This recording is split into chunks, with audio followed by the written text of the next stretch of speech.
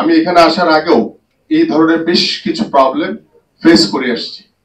আমরা কিন্তু তাৎক্ষণিকভাবে আমাদের দলের পক্ষ থেকে যে সাংগঠনিক যে ব্যবস্থা নেওয়া দরকার সেটা আমরা তাৎক্ষণিকভাবে নিচ্ছি। এবং এখানে দুষ্কৃতিকারী বলেন, এখানে নব্য বিএনপি বলেন বা আওয়ামী লীগ বলেন, কিংবা আমার দলের লোক যদি বলেন, কেউ যদি কোনো অন্যায়ের সাথে জড়িত হয়, আমরা তাৎক্ষণিকভাবে তার বিরুদ্ধে ব্যবস্থা নিচ্ছি।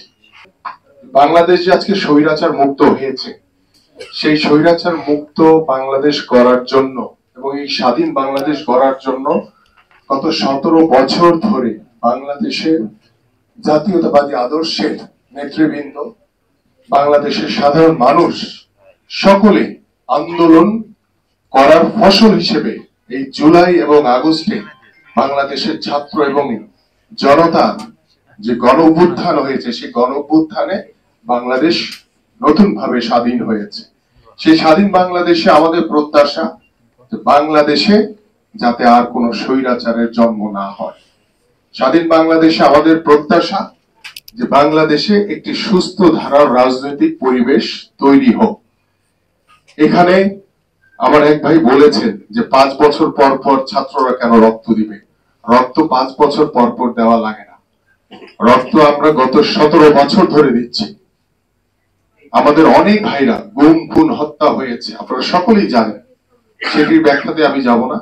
আমার কথা হচ্ছে যে আমাদের জনগণের যে প্রত্যাশা, সেই প্রত্যাশাটা কি, যে বাংলাদেশের মানুষের প্রত্যেকটি যে রাজনৈতিক ভাবে আমাদের যে করণীয় আছে, রাজনৈতিক ব্যক্তিত্বরা কখনোই এখানে একটি পক্ষ করা করে ফেলছে। আমি দেখছি বারবার সকল বক্তারাই রাজনীতিবিদদের উপরে চাপিয়ে দিচ্ছে। রাজনীতিবিদরা আপনাদের এই সমাজের, আমরা এই দেশের মানুষ হিসেবেই, জনগণের বন্ধু হিসেবেই আমরা কাজ করে থাকি। সেই জনগণের বন্ধু হিসেবে কাজ করতে গেলে রাজনীতিবিদ, সাধারণ মানুষ, বিভিন্ন যারা বুদ্ধিজীবী বা বিভিন্ন সুশীল সমাজ রয়েছে, তাদেরকে সকলে মিলে আমরা কাজ করতে চাই। কারণ গত 17 বছরের যে জঞ্জাল, এটা একদিনে সাফ করা সম্ভব না। এটাকে সাফ করতে গেলে অন্তর্বর্তীকালীন সরকার তাদেরকে যৌক্তিক একটি সময় দিতে হবে, সেটা আমরাও চাই। আমরা মোটেও অধৈর্য হইনি, আমরা চাচ্ছি ধৈর্য ধরে তাদেরকে সহযোগিতা করে, আমরা পুলিশ প্রশাসনকে সহযোগিতা করছি, আমরা সেনাবাহিনীকে সহযোগিতা করছি। আমরা এখানে বর্তমানে দেখা গেছে যে নব্য বিএনপি তৈরি হয়েছে। বাংলাদেশে যারা আনাচে কানাচে আওয়ামী লীগ করে, তারাও এখন বিএনপি হয়ে গেছে। কারণ আমাদের বিভিন্ন জায়গায় এই বিষয়গুলি, আমরা যারা মহানগরে রাজনীতি করি এবং সারা বাংলাদেশে যারা আমাদের রুট লেভেলে রাজনীতি করি, এই বিষয়গুলি আমরা সকাল থেকে সন্ধ্যা কেন রাত 12টা 1টা 2টা পর্যন্ত আমাদেরকে ফেস করতে হয়। আমি এখানে আসার আগেও এই ধরনের বেশ কিছু প্রবলেম ফেস করে আসছি। আমরা কিন্তু তাৎক্ষণিকভাবে আমাদের দলের পক্ষ থেকে যে সাংগঠনিক যে ব্যবস্থা নেওয়া দরকার সেটা আমরা তাৎক্ষণিকভাবে নিচ্ছি। এবং এখানে দুষ্কৃতিকারী বলেন, এখানে নব্য বিএনপি বলেন বা আওয়ামী লীগ বলেন, কিংবা আমার দলের লোক যদি বলেন, কেউ যদি কোনো অন্যায়ের সাথে জড়িত হয়, আমরা তাৎক্ষণিকভাবে তার বিরুদ্ধে ব্যবস্থা নিচ্ছি। আমরা কিন্তু এই অন্তর্বর্তীকালীন সরকারকে সহযোগিতার মাধ্যমেই এই কাজগুলি করে যাচ্ছি।